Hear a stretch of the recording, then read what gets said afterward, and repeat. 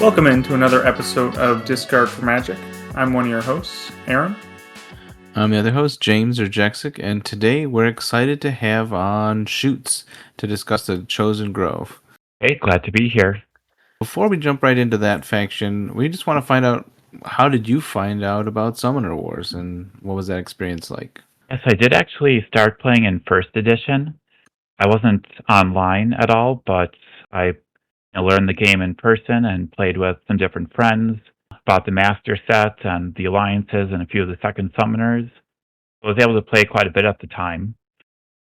And when second edition released, I wasn't aware of it until I was actually playing a different Plaid Hat game over a Thanksgiving with family. And I went on their website to look up if there are any expansions for that game, Dead of Winter, and that's when I learned that second edition had been released.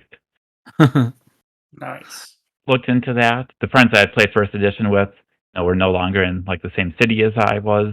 So that's when I started looking into playing online and started playing on the app, enjoyed it, and eventually joined the Discord community after a little bit. What were your favorite factions in the first edition? I played a wide variety of factions, and one of the reasons I like Summoner Wars is having different matchups all the time. Just playing a few people in person, they would often use the same faction, so then, like, vary up the matchup, it would be me who would jump around different factions. But the ones I played the most were the second Vanguard Summoner, Sam Farthen. Then also I played the Alliance, the Vargoth Vanguard. My friends and I, who played the most, we were both fans of Meldaria and the Phoenix Elves. Not the Alien Phoenix Elves? Not Alien, second summoner, Meldaria. I did read some of the forums online, so I kind of knew what it was like playing online. Never really heard about Meldaria discussed much online, but really strong in our matches. If I remember correctly, I think Moldaria never made it to the online client. Second Summoners didn't quite get there, I think. It was like the first 16 factions, I think, or 16 Summoners that were in it. The Alliances and the Second Summoners weren't played online, except through Vassal. The things before Tabletop Simulator, basically. Some of my favorite decks never made it to online, which was unfortunate.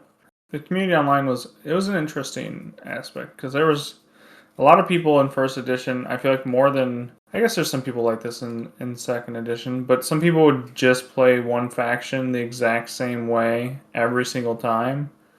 Like that Tundra Orc player, or Yeah, Bob the Slayer. Bob the Slayer would play Tundra Orcs the exact same way every single time and just bait you into coming at him. And there was a card called Freeze in first edition, but it worked very differently. You could freeze a summoner or a unit, and then they had to pay to unfreeze it. So if you didn't have the magic to unfreeze whatever it was, then they just sat there like a sitting duck. Forever, yeah. So, yeah, with just playing in person, I never experienced people destroying their own units for magic and such. I guess maybe the one takeaway from the forums was looking at the Deep Dwarves. They always seemed terrible to people at first glance, but read online that they were actually pretty good if you just turtled. Mention it to some of my friends, and they're like, no way. And then I tried it out and learned that turtling with the Deep Dwarves was actually pretty good. Yep. I wonder how the Deep Dwarves will come back. They're the last faction we're waiting for. From... in name, anyway. Yeah. Yeah. Thematically, the original idea they had for Deep Dwarves became what the Fungal Dwarves are. So we'll see if they get the Deep Dwarves. But yeah. Yeah, some aspects for sure. I mean, Colby said they're probably going to come out at some point, but yeah, I think you're right. See what they look like. Sure, a lot different from the first Summoner.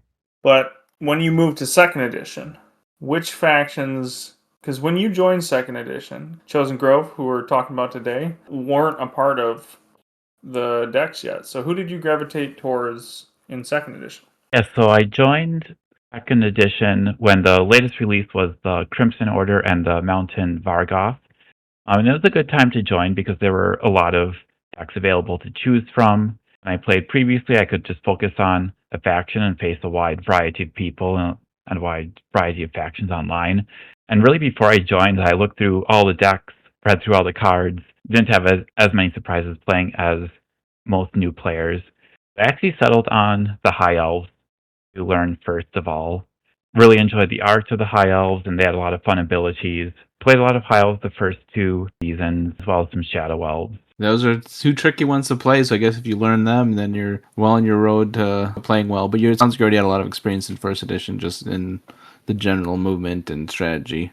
First edition experience helped a lot. Had already learned the hard way a lot of the common pitfalls, like burning through your deck and then realizing you're out of resources, not overextending, and again, just the basics of making the most of your movements and attacks and so on. Again, the Shadow Elves and High Elves have a lot of flexibility and high skill ceilings, so they seem like good ones to focus on. So much to learn there and master. I mean, you gravitated towards 2 of the elves, which is interesting, but the High Elves and Shadow Elves, yeah, definitely a high skill ceiling there. A lot to learn, a lot to love. Not everybody enjoys them, but sometimes they can be a bit brain burning, I think, for some people. But there's some cool decks. Yeah, and I eventually did cut back on the High Elves because it can take a lot of time to find the optimal play on any given turn. So it's hard to play a lot of games as the High Elves. Yeah, I'm finding that out recently. I've been trying to push my way towards number 1 with a faction, at least, to try to get back into the faction masters. And High Elves was one that seemed like a low-hanging fruit. I was like, these guys are really strong, and there's not that many people without really high ELO. But it could just be it's hard to play them that much to get to the high ELO. Maybe I heard of you, Jexic, and some other players who try playing 10 games or so at once with a single faction. And as a High Elf player at that time, it's like, I can't even imagine doing that. Whereas I recently played 10 games at a time as the Chosen Grove over a weekend. I thought that was a lot more doable. Yeah, usually I'll do it with something like Obsidian Dwarves or Wayfarers that are a little less than the High Elves in terms of mental load. But yeah, so you brought up the Chosen Grove, which is what we're here to talk about today. I guess we can start off by asking, what are some key tips you have to make strong Chosen Grove plays? One tip I would give to beginners is the importance of keeping a boost on Nimid at the end of the turn. People prioritize putting a boost on a sapling or putting a boost on a stag rider and using it up right away. But if you don't end the turn with a boost on Nimid, you're really limiting your options on your next turn, similar to, if you don't build up enough magic, you limit your options for the next turn. You can miss out on some game swinging plays where, again, you just need the boost on Nimid to start it so that you can, get it onto a unit that's newly summoned. Otherwise, I would say one of the cores to the deck is the Oaksworn Guards and the Seed Bearers. Those 2 commons have force mechanics. Of course, the Guard can shove other units, commons and champions, and the Seed Bearer can pull commons. Those 2 just offer a push and pull that can, set up really strong plays and good trades for you. And a common play pattern with the Chosen Grove is you'll pull an enemy common towards you with Seed Bearer, and you'll attack it with the Guard and shove it next to Nimid, and then Nimid and the Seed Bearer can attack it and finish it off. Yeah, I think the push and the pull of those 2 units is key for efficient trades. So you try to summon most of those 2 commons each game, do you think? Yeah, I would say I play most of the deck, and there is good internal balance. So you don't need to play every Seed Bearer. You don't need to play every Guard. You can afford to discard a copy. But when I do play every single copy, I'm happy to. And they also synergize really well with each other because, of course, the Guard has Protect. Often I'll position it so that can't have a melee attack against the Seed Bearer. You'd have to attack the Guard. And if you want to kill the Seed Bearer, you then have to rely on a range attack, which with 3 health, the Seed Bearer will usually survive. And then you can generate more boost. I would say the Seed Bearer is the key card of the deck because it's, part of that push and pull engine. It's also one of the 2 main boost generators in the deck. We talk about the Epic later. Seed Bearer is the main unit to set that up in the early game and mid game. Yeah, I think it's interesting to highlight those 2 first because, like you were saying, that push and the pull of the Guard and the Seed Bearer can be so important to the fact that Nimid can't really move, which we'll get to, I'm sure, more throughout the episode. But one of the Chosen Grove's weaknesses is Nimid can't move until the deck runs out, or if you play an uproot card. able to pull units in to get some of that attack value off Nimid or get some better finishes is definitely one of the crucial parts of the deck, I think. Hmm. Again, I often bring the units up to Nimid to finish them off. It actually makes me think a bit of Red Hat's new game coming out, Monolith. I don't know much about it, but I think the premise is like you feed the monolith, and sometimes I think of it as feeding the tree. You're just bringing the enemies over there and slaying them next to the tree. You heard it here first. Nimid is the monolith. We talked about those two commons. How often do you play like Stag Riders or Sapling? I guess Saplings because they're cost 0. You often play most of them, or Yeah, I would usually play most of the saplings. The only reason I would discard it is, again, if you're targeting a specific magic count. Saplings are really mostly key for cheap stats. Not only are they free, but they also recycle the boost. Very important part of both magic economy, so that you have enough magic for then also the boost economy. And then the Stag Riders, those are sometimes hated on for their poor stats for costing 2 magic, but they do fill a role in the deck, and they fill it well, so I'll often summon 1 or 2 of them a game. The key with the Stag Riders is that they do hit and run really well, but they shouldn't be taking an attack. 2 health, goes down easily. The opponent can't attack it. It really doesn't matter how much health you have. Part of developing the Stag Riders, I theorize that it might have been a reaction to the Seers from the Growths, which were 2 seasons earlier, and that the Growths could just put the Seers in the back and attack. Really, it took 5 boosts up front, but once you had it, it was free. And then even if the opponent could dive the back row and reach your Seers, you would expect them to be squishy, but they weren't. They had 3 health. I do think it's good for the health of the game that this hit and run unit, if you do reach it, it is squishy with only 2 health. Stag Riders, they can still be an important part of the deck. If you're summoning all of them as your only units, that might not be ideal, but the fact that they are one of the heavier hitting common units in this deck, especially if you combo with Summer or some of their events aspects that we'll get to in a little bit, but they can roll for 4 range dice and then basically not give you the ability to return fire. So that's essentially 7 range dice for 2 magic if you kill it the first time you see it, and if they don't have another boost on it to run away again. So that's not a bad trade, I feel like. Mm-hmm. Yeah, and that is one of the roles I'll use them in, is just hitting hard. Even in some matchups, like against Storm Goblins, I never want to summon a Stag Rider, that's just a poor matchup for them. But sometimes, if you need to hit Brack and there's an opportunity, you might still drop a Stag Rider. And again, they are really important for the range game.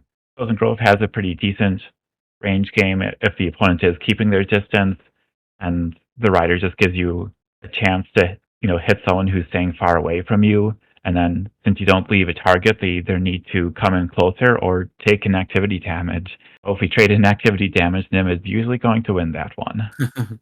Overall, I do think the common set is really strong. I'd say across the board, the stats are good. Between the factions I play, Chosen Grove, High Elves, Shadow Elves, I do like the factions with high health that my commons can survive an attack and stick around. I can get value out of them over a couple turns. But the weakness of Chosen Grove's commons is the lower attack, with only one of them having 3 attack and that being ranged, so somewhat unreliable. I do think the event and champions really help fill the gap of attack. They can help with that weakness that the Chosen Grove commons have. Specifically, you got Summer, which is pretty easily to get 3 extra dice in a turn. Of course, the epic event Uproot, where you can deal 5 to something next to Nimid, and then move Nimid 1 space and attack with your 4 attack. Yeah, it often seems tough to set up Uproot, but I guess the big thing is the Seed Bears help you pull stuff to Nimid, because they can do that in the movement phase. Yeah, with Uproot, one of the keys is getting enough value out of it. And early game and mid game, you often need the Seed Bear, like you said, Jacksec. A lot of players will sometimes just rush Nimid and just leave a unit next to Nimid. Sometimes you won't even need to do that. Other times they'll be playing around you, and you'll actually need 2 Seed Bears to do a double pull to get it close to Nimid. Even after that, like, you don't want to just get the 5 damage off of Uproot. You also want to then make good use out of your 3 attacks. So if you uproot a unit, but then there's nothing worth attacking, well, you may as well just use your normal 3 attacks to bring it down. It's kind of like the Ice Ram situation for Polar Dwarfs, right? So some ways to get additional value is, of course, if Nimid can walk next to a second enemy unit and then attack it with 4 dice, a large swing. Otherwise, it's also a good opportunity to just walk 1 space to the left and be lined up with the enemy gate, which makes it harder to hit Nimid with a ranged attack. I think if you can uproot a unit and then also move over to relieve ranged threat, that can be a good value out of Uproot, assuming you're facing a ranged faction. Yeah, another time when Uproot can be really strong is towards the end game when Nimid has that ability to move once your deck runs out. Once your deck runs out, Uproot becomes a lot more unpredictable, and you can move first and then Uproot and take out essentially a total of 9 damage if you do the 5 and then roll another 4. So Yeah, for sure. And one of the weaknesses of Seed Bear is that it can't pull enemy champions. So, early game, the only way you can uproot a champion is if the opponent lets you. Guard, I shove champions, but that's in your attack phase, so it's too late to uproot. But then having that freedom in the late game to just walk up to a champ and destroy it in a single turn is very powerful. So yeah, if the opponent does play around Uproot all game and you have one in your final 5 cards, you'll feel pretty good about that. I was going to ask about the other 2 events. You've got Autumn and Spring, right? Spring is one of the 2 main ways to get your boost economy going. I mentioned the Seed Bears are the other big part of the boost economy. Spring is your only event that can boost multiple units, and you really want to combine it with Saplings to get your boost economy going. It also does heal your units. The key thing is to get several boosts out of it. If you heal nothing but get enough boost value, it's worth playing. Spring is especially good in the early game, because again, as soon as you have your boost economy going, your engine's more powerful. And I mentioned it's really powerful to get boosts on Seed Bears to pull the enemy units. And the only way to get a boost on them in your move phase or earlier is either when you summon it off of Nimid or with Spring. For example, if you have Spring in your opening hand, you can boost your starting Seed Bearer and then be able to pull an enemy unit on your first turn, whereas it's otherwise impossible. Speaking of their combination with Saplings, one of the fundamentals of Summoner Wars is not summoning a unit until you need it, so that you can get value out of it right away. But with Saplings, I think it's okay to break this rule a bit. And one thing I've promoted on Discord before is just summoning an extra sapling in front of your 10 gate and just letting it sit around there until you draw a Spring. So not only does this get it out of your hand, which keeps your deck flowing and gives you a better chance of drawing Spring in the future, but later on when you play Spring, it's in position and you can move it forward when you have an extra movement, or reposition it freely with Autumn eventually. Sometimes I can be a little greedy with this, and I'll even put several saplings in the back row if I don't need them yet. And then if I do draw it into Spring, it feels really good. Definitely have to work a little harder than some other factions to generate their boosts, and that seems like a good tip for that. Mm-hmm. And I enjoy that challenge of the Chosen Grove, that the boost economy feels different, from some of the other factions. And, you can't, say, guarantee that you can keep boosting a Stag Rider. You really have to work with your boost economy and count boosts that you have enough. And usually just, putting 1 or 2 boosts on a unit at a time instead of, dropping 5 here or 5 there. So you said that you will play saplings towards the back and, bring them in when, you can get a Spring. Do you ever find that when you do that, they're just tough to get into the fray or, not positioned well, or Yeah, and I should probably clarify that point because I'm not saying I always put saplings in the back, but oftentimes in the early game, your 3 attacks will be used up by the guard, a seed bear, and Nimid. Often you don't need that attack with sapling, so that's why I'm just putting it in the back. You can, of course, summon the sapling in front of Nimid, and it serves its role there as well. It's a flexible unit, and it's just good stats, so you can put it wherever you need it. But if you have an extra sapling, sure, you can drop it in the back. Sometimes I do run into situations where I do get to the end game, and it's like, oh, I never actually ended up using that sapling I had in the back. Same time, like once you draw Autumn, you can reposition it forward for free. Yeah, Autumn would help with that. Help move them up a little bit, get them to the places you need. But if you don't find your Autumn, or like it doesn't come at the right time, sometimes I feel like you might get caught with saplings where you don't necessarily want them or need them. Yeah, and Autumn is, the last event that we haven't touched on too much yet. I kind of think of Autumn as the creative mode of Summoner Wars. Quite a few summoners have an event that will let them like reposition, 1 to 3 units next to their summoner. But Autumn, you can move up to 8 units with the cost that you can only move boosted units. When combined with a spring, you can be moving a lot of units. Often you might really just have like a blob of units around Nimid protecting it. Repositioning them all with Autumn is just really powerful in those situations. You can protect Nimid, but then also protect the flanks of your valuable units. You can pull back overextended, stag riders and seed bearers. Just represents a lot of economy by allowing efficient trading. It also helps your ranged game. I mentioned stag riders are good for hit and run. Autumn is the other hit and run card in your deck. Sometimes if you're playing a really passive game, you might just attack with the stag rider, use Autumn, put the boost on the stag rider, reposition it to safety, and then you save your boost that next turn. Again, stag rider can attack and retreat to safety again, and you just left no targets for your opponent 2 turns in a row.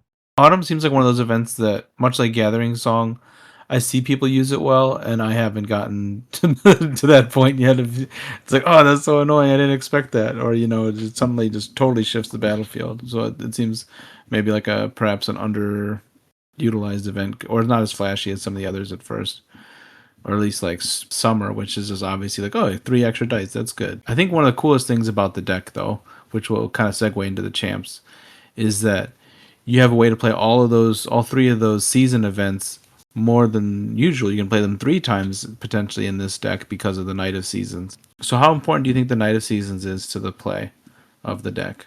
I consider Night of Seasons to be a must-play card. I play it almost every game. I never discard it unless it's really dire circumstances. Like, who doesn't want to have an extra 3 events? Often I will play, 8 or 9 of those season events. It's not even including Uproot. And like when you think about the value of Night of Seasons, it costs 6, so it's expensive, but you're instantly getting 3 cards back most of the time. So you're really only paying 3 magic for the body. And Night of Seasons has 8 health, so it's really tanky. And then in conjunction with the events, it'll be hitting hard that first turn. Night of Seasons is another reason to keep your deck flowing, because not only do you want to reach the end game where Nimid can move around, but you do want to get all 3 season events in the discard so that when you get Night back, you can get full value. Sometimes you're fine getting only 2 events back with Night, but I really think you need to get Summer, or at least have Summer available in your hands, because like without Summer, Night kind of hits like a wet noodle. Another reason I like Night of Seasons is it offers hand fixing, because having all 3 events at the same time is powerful because they synergize with each other.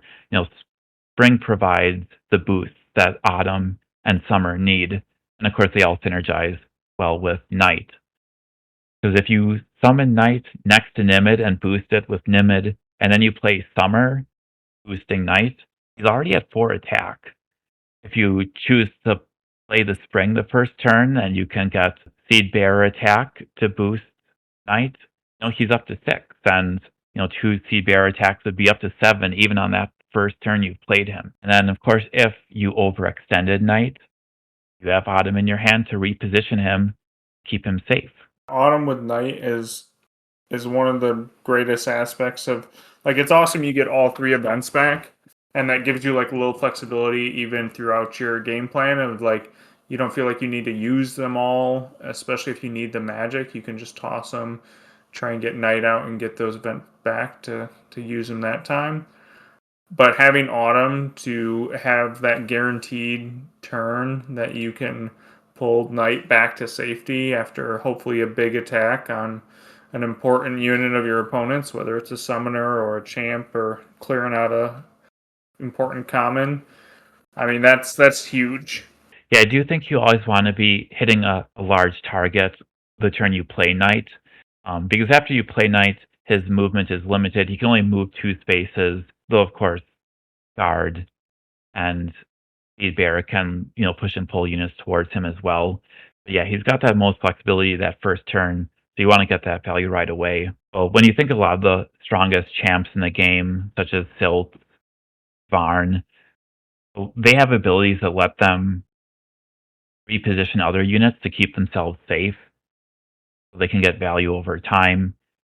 And while Knight of Seasons doesn't have a repeating ability like those champs, he does usually come with an Autumn.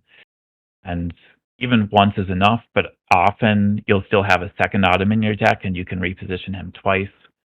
So yeah, lots of synergy between Knight and Autumn. Which of the other 2 champions do you think you play the next most? Yes, I'm a fan of both Adric and Bear. So I would say in most games I don't play either of them. I would say I play Adric the second most. And usually most games, when I draw them, I just consider whether I'm going to be playing them soon or not, and if they're essential to the matchup or not. And if not, I'll just discard them. Because Nimid does want to keep the deck flowing to reach the end game. But going into Adric, who is the champ I play the second most, one of the difficulties of him is he does cost 5 magic. It can take a while to rebuild your magic after summoning him. And, if that means there's multiple turns that you don't have Knight of Seasons available, it could put you in a bad spot.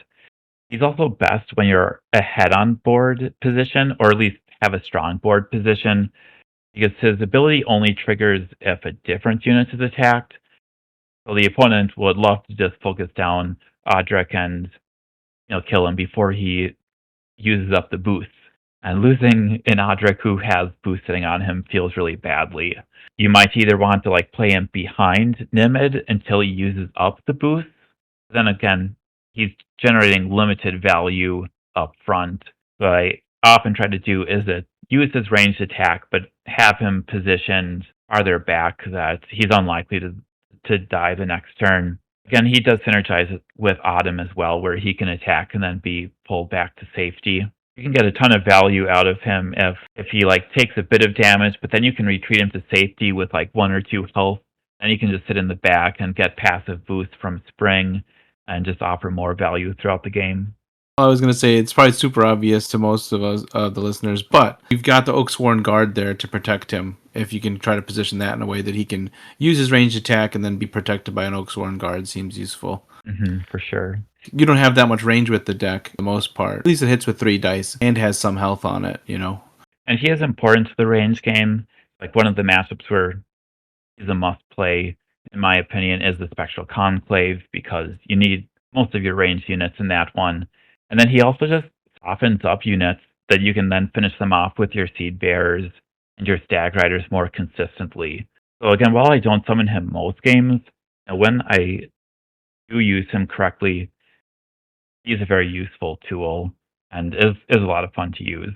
And then the third champ, Ursa or Bear, is also one I'm a big fan of, especially in certain matchups where I consider it a must-play. With Bear is that you don't want the opponent to kill it. But one important thing with Bear is never put more than 1 boost on it at a time, because if there's an extra boost on it, the opponent's like, oh, I have 2 turns to kill Bear. Whereas if you'll always keep 1 boost at a time, your opponent will be like, oh, maybe I'll just ignore it and it'll go away. They won't want to focus it down unless they have the tools. But it does only have 5 health, similar to many 2-cost units. So you have to consider the faction your opponent is playing and if you can actually play it in a safe position. Because ideally, if you attack twice, that's 8 attack. If you absorb 2 to 4 damage, and then you disappear, denying your opponent magic, like that's enough value out of Bear for it to be worth the 4 magic. But if your opponent dispatches it fairly easily, you just paid 4 magic for really what normally costs only 2 magic. The scenario you're working towards is like to get 2 good hits in and then retreat. But if your opponent decides, well, I'm just going to ignore it, you should have ways to get 1 more boost on Bear, and it's like, okay, now it's going to be around an extra turn. And I've had some games where the opponent just ignores it until they realize they've lost the game because they kept Bear around for 5 or 6 turns. And having 4 melee dice that many turns in a row is just a ton of value. Yep, real good. But a couple niches that the Bear fills is, one, he's huge damage output. So if you need to say like get damage on the opponent's summoner ASAP to force them away from Nimid, Bear is a cheaper option than Knight of Seasons. And then the second one is can be insane economic value. So like if I'm playing the Crimson Order or the Vanguards, where I know I will need a lot of economy from the deck, Bear is a must summon. Also, both of those factions have limited movement options. So I can, play Bear in a safe position. The opponent does have to use several valuable events to kill the Bear in a turn. It's kind of a wash. You kind of broke even with the opponent. Again, against the value decks, you want to get a couple turns of value out of it, then it'll go to the bottom of your deck. You'll have it in the end game. And if you build up a supply of magic, which against the Crimson Order, you will build up a supply of magic, you can summon Bear several more times and keep continuing to deny the opponent magic as Bear keeps disappearing. What would you say the most times you've summoned the Bear in a game is? I want to say probably 4 times. Jeez. 4 times is crazy. Yeah, that was against Crimson Order. Did you actually ever like skip Knight of Seasons to summon Bear a couple extra times? No, I played Knight of Seasons that game as well. I think that was like a 60-turn game. Did you play Adric too? I couldn't say for sure. I do often play Adric in the Crimson Order matchup if I'm doing well on Econ. I'm also willing to discard him. He's not as essential because you can play Bear several times. Our next question was, what are the best ways to protect the tree effectively? One thing I've seen a lot is people talk about putting a gate in front of Nimid. Is that something you do as well, or do you recommend something different? It depends somewhat on the matchup and somewhat just on the situation. Because you never want the opponent getting cheap damage on Nimid or easy damage on Nimid, which would be like just ranged attacks from the front of Nimid. That's too easy. You need to make your opponent work for it and invest resources to get damage on Nimid. So the forward shield is a solution to that, just soak up 5 damage. But it can also backfire because, like, say you already control the mid board. Well, then Gate is kind of just in the way because it blocks the summoning spot on Nimid where you can't summon a boosted unit. You also can't shove an enemy unit next to Nimid to destroy it. You need to consider, do you control the mid board already? Does your opponent have high range damage? And also, does your opponent have abilities that want to hit units? Say you're facing the Vanguards, where their summoner wants to attack your units for more value. Placing a gate in front of Nimid will lower the number of cards that she can get back. Generally, I'm discarding most of my gates. Usually, like when I draw a gate, I ask, do I want to play it this turn or do I want to discard it? Against certain factions with a lot of range damage, I might hold on to it a bit longer. You don't want to, clog your hand holding on to gates. Make your choice and then move on. Yeah. The Chosen Grove are in a unique spot in that as long as there's summoners on the board, they essentially have a gate, which means that if you haven't lost yet, you can summon. As far as protecting Nimid, The other strong option to minimize range damage to the front of Nimid, I mentioned it with Uproot before, but if you move to the left, you can form like a donkey stack on the opponent's end gate, especially if it's one of the enemy gates that starts farther forward. Then there's just 2 spaces between Nimid and the gate. That's enough distance that they can't move melee units next to Nimid, but it doesn't give their ranged units enough distance to like safely attack. And you'll often steal that forward spot from their gate. You can just sit comfortably behind it against many factions. Otherwise, if they're rushing Nimid down, making a heavy assault and trying to steal spots from you, there's a few key cards for re-stealing spots from the opponent. One option would be Uproot, where you destroy an enemy unit and then you can move Nimid 1. So you could say destroy the unit in front of you, move Nimid back 1, and then like drop a gate, prevent the enemy moving back to Nimid. Otherwise, Autumn can steal all the spots back from Nimid, so you can use your attacks to clear some spaces by Nimid and then reclaim them with Autumn. And then the other thing I say to keep in mind is you need to watch what your opponent is doing. If they're playing aggressively, if they're building towards a push against Nimid, you should have an answer ready in hand already. If their summoner dives you, a lot of people will just dive their summoner next to Nimid, either directly adjacent or one spot away from Nimid. But if you've prepared the tools in hand, say a Knight of Seasons, or a Bear, or just some commons and a Summer and an Uproot, you can uproot whatever is protecting the enemy summoner, and then get several strong hits on it. And like say, Bear plus Nimid plus Summer plus Uproot, that's only 10 melee damage on their summoner. Or, Knight of Seasons plus Nimid, that can be even more. You can counter assassinate and win the game on the spot, or force the enemy summoner from the battle for the rest of the game. Yeah, I do try to do that sometimes in certain matchups against the Chosen Grove. Try to steal that spot with the summoner because he can't get uprooted or they can't get uprooted. It's the one nice thing. Like you're saying, you can flip it on them sometime with a good summer. Yeah, I've definitely had some tough matchups as the Chosen Grove. One of the tough matchups that I had was against Massimo's Mount Bargrath. He stole some spots early, and then I just didn't get the dice to take them back, and I didn't get an Autumn very quickly, and I didn't have guards to really protect myself. And so I just kind of got stuck in a bad place, and Sunday was in my face pretty quickly as well. Some martial forces taking more spots, and brutes coming up with Barn, and it was a rough time. I had a rough time.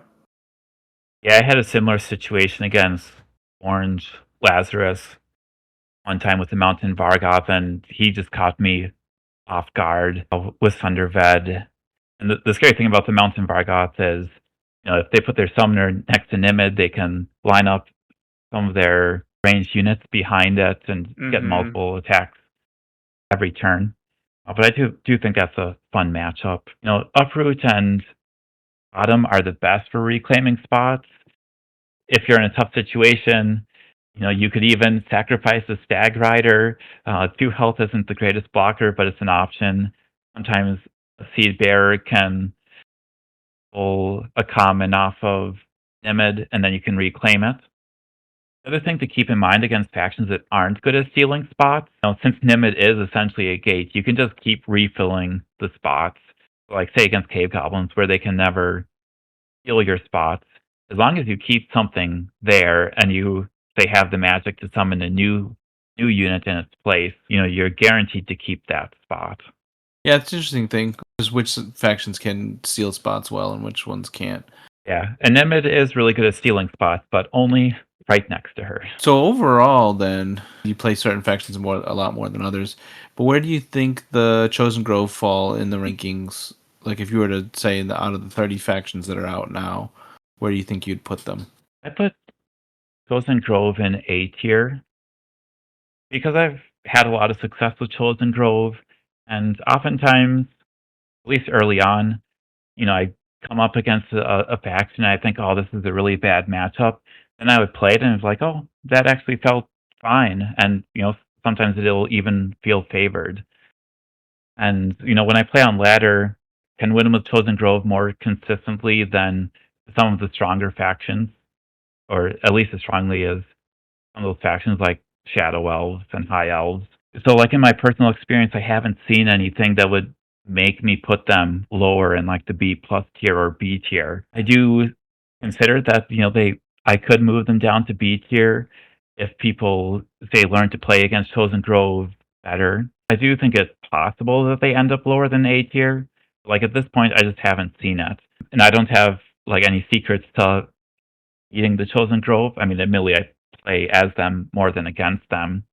Like I've faced some, players in D1 and D2 and in the league, and I had a hard time against Chosen Grove too. You're saying A tier, you think so maybe like top 10 decks, top 12 or so, or what are you thinking? Maybe not top 10. I'll say I have like 5 decks in the S tier, 5 in the A plus tier. Okay. I put them between 11 and 20. So I have a very crowded A tier, I'll say that.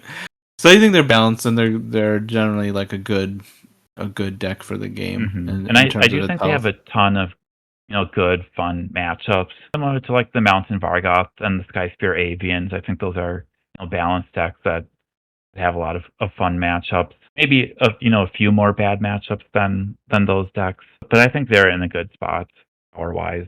So then, which do you think are their best matchups? I have one that I think, and you can disagree or not, and I think it's probably the Wayfarers is one of their best ones. But my experience would support that. Wayfarers, of course, being one of the most common on ladder. It's my most played matchup. Yeah. A very high win percentage for me. I don't think it's as lopsided as that. I do think the Wayfarers have some good options against Nimid. As someone who's played it a lot too, or at least from the Wayfarers side, I feel like it's not easy to assassinate Nimid, which is the main thing Wayfarers want to do. So then you get into like, well, okay, I can try to play the long game. But then if you do end up in a long game and you haven't damaged Nimid very much, you just have like a 12 health Celeste with no guys left facing down the tree, and you're going to lose that too. So you kind of have to like juggle between getting some damage on Nimid where you can and also try to get both your Seek the Horizons off. But even I think best case scenario, it can't be better than 60%. It can't be worse than 60% for the Chosen Grove, and sometimes it feels a lot worse than that. So that seems pretty fair. I do think Wayfarers are a good example of why or one of the reasons I like to play Nimid is that you're the most assassination resistant summoner in the game. And Wayfarers can be a headache to play against because you can get to your summoners so easily. And it takes a lot of, brain power and thinking to cut off the assassinations, once your summoner gets on lower health. With Nimid, you can play more freely. And, if she's reasonably well protected, or your opponent might find a way to, spend a bunch of resources and get, 5 to 8 damage on Nimid. But, if you're sitting at 20 health, you still have like a full health summoner. Of course, once you get lower, you got to spend more time thinking about her safety.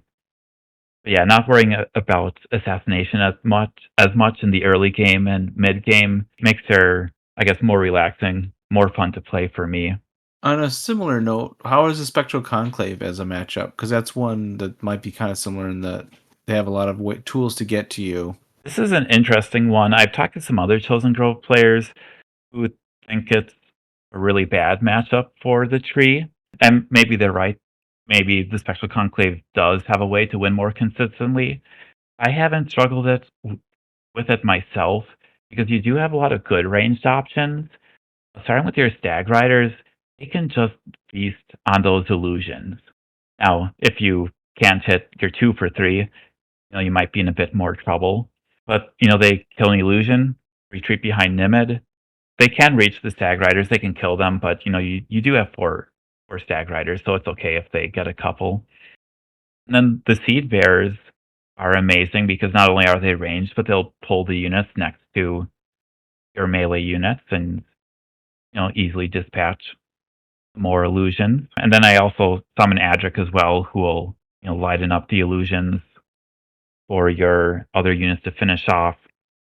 I'll still use Knight of Seasons just because it's a large blocker and can be good for taking out an expensive champ.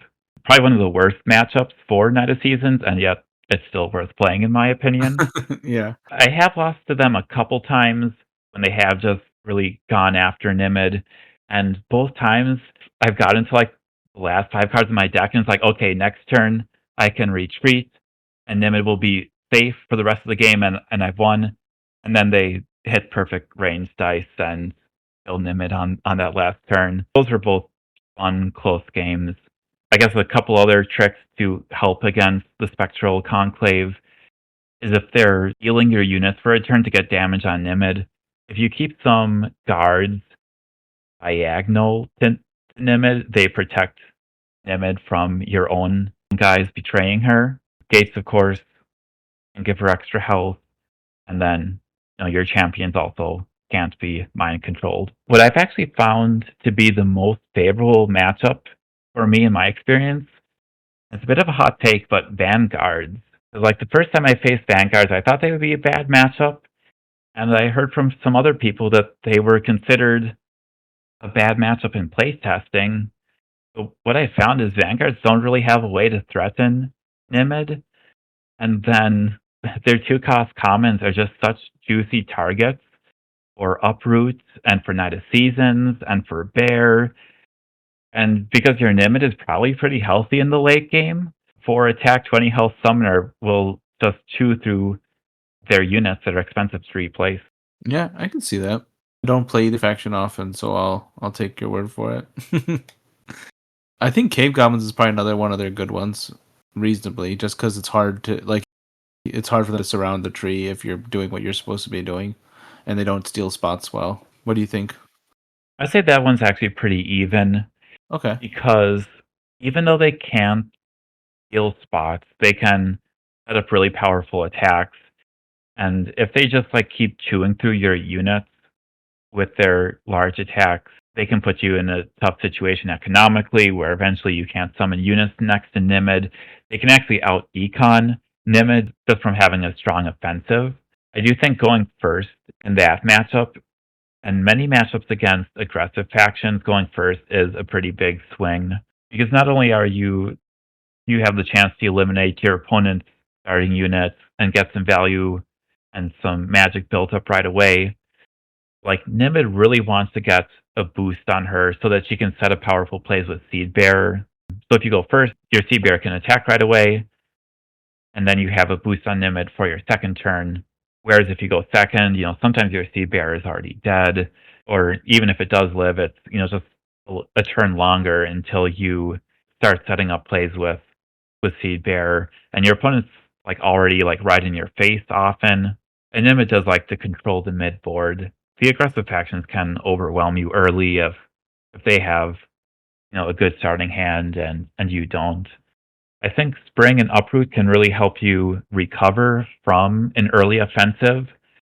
But if you don't have the right cards or get some bad dice early, you can be overwhelmed right away. Speaking of the things that are tough for them, what are some common mistakes you've seen people make when they play CH? Yes, I talked about prioritizing boosts in the wrong spot. Putting a boost on Sapling right away, might help you in that turn itself, but then it might prevent you from a really powerful play the next turn. Otherwise, another thing I learned early on was to be more proactive. And I'm a player who tends towards economy, and I play quite a bit of Shadow Elves and High Elves where if things aren't going your way, you can just back off for a turn, regroup, and then recover. But with Nimid, of course, you can't back off, or even if you have an Uproot, you can only move back one spot. So you kind of need to have your answers ready. Probably not hold on to any champion aside from Knight of Seasons. You want to keep your hand flowing, like you said earlier. Yeah, you want to keep your hand flowing, like you said, in a lot of matchups.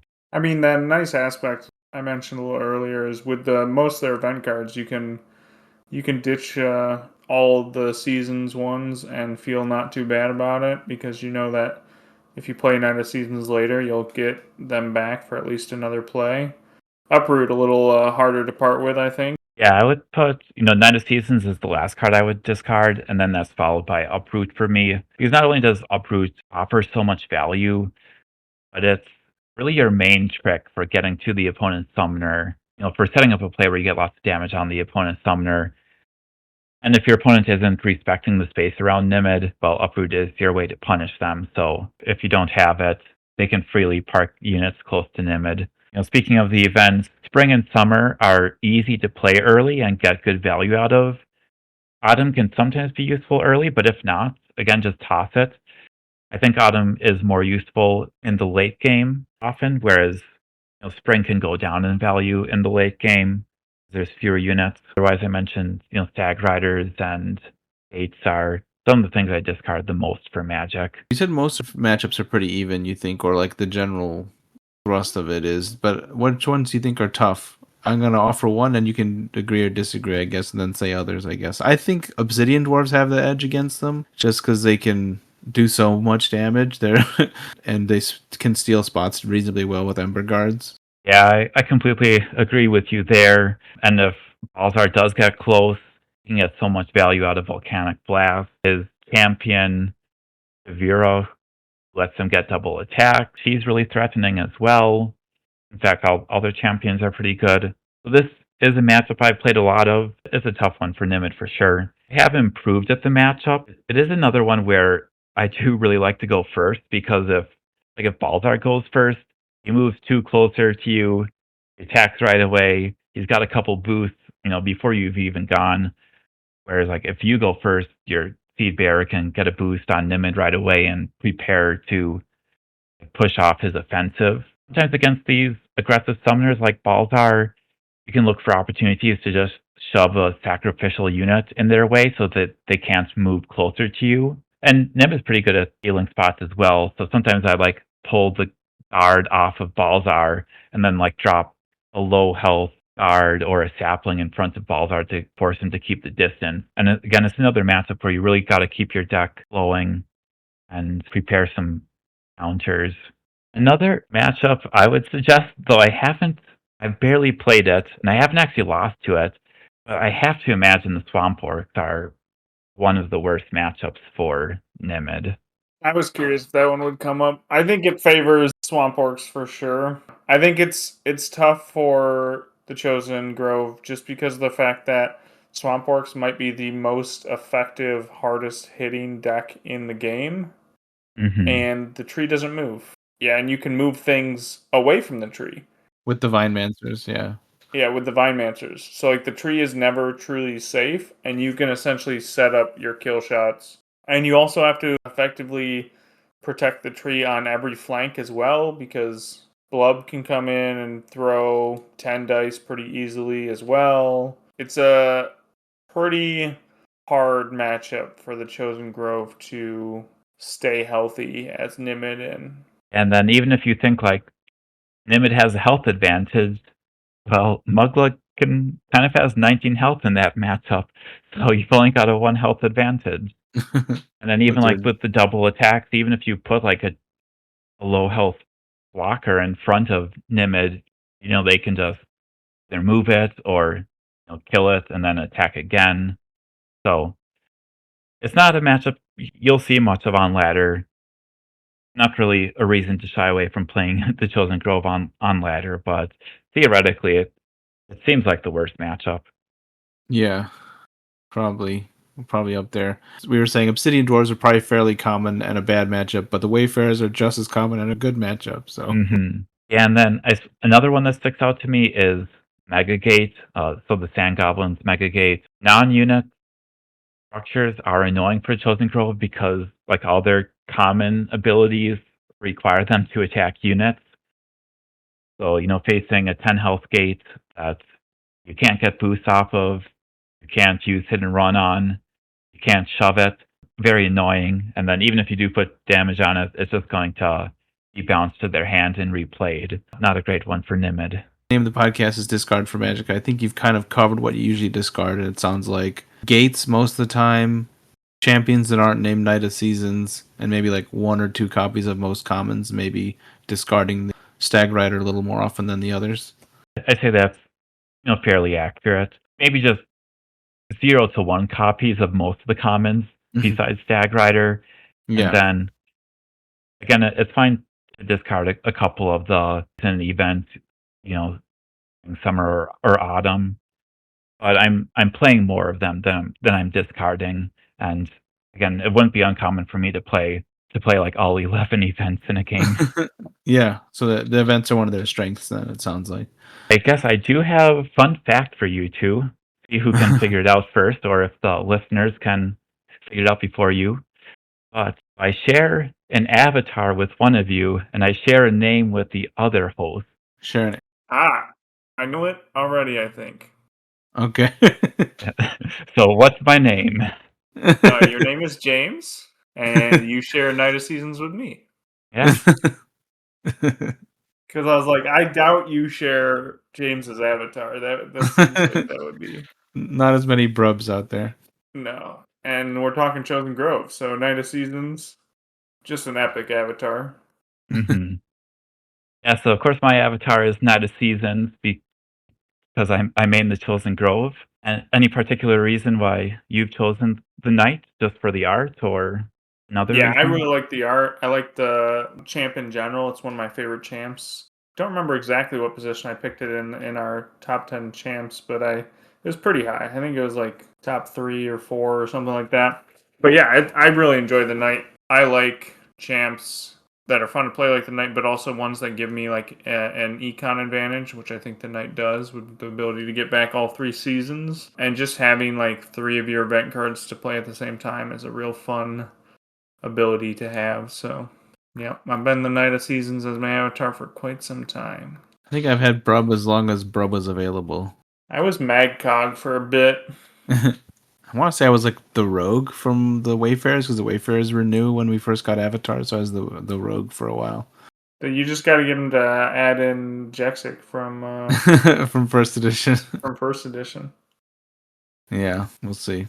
But then I'd be torn. Would I be myself, or would I take brub away from everybody? If anybody has any questions about the Chosen Grove, they can hit Shoots up or challenge Shoots on the Discord. And Yeah, I'm active on the Discord, and if you want to hear my insights on some games I've played, I was featured in Faction Masters, so if you go to the YouTube channel for Try Hard Games by Clarsimus, you can hear my insights on those games, or you can go to Chairs' Twitch. We did a stream where I talked about all my games in the Tournament of Champions, and you can hear my thoughts on those. Like, I think there were 5 games there. Nice. Yeah. And you were the Chosen Grove there as well. Yep. Well, we appreciate you coming on, Shoots, talking Summoner Wars with us. Yeah, thanks for having me, and I'll always enjoy the show. This has been another episode of Discard for Magic, and we'll see you guys in a couple weeks.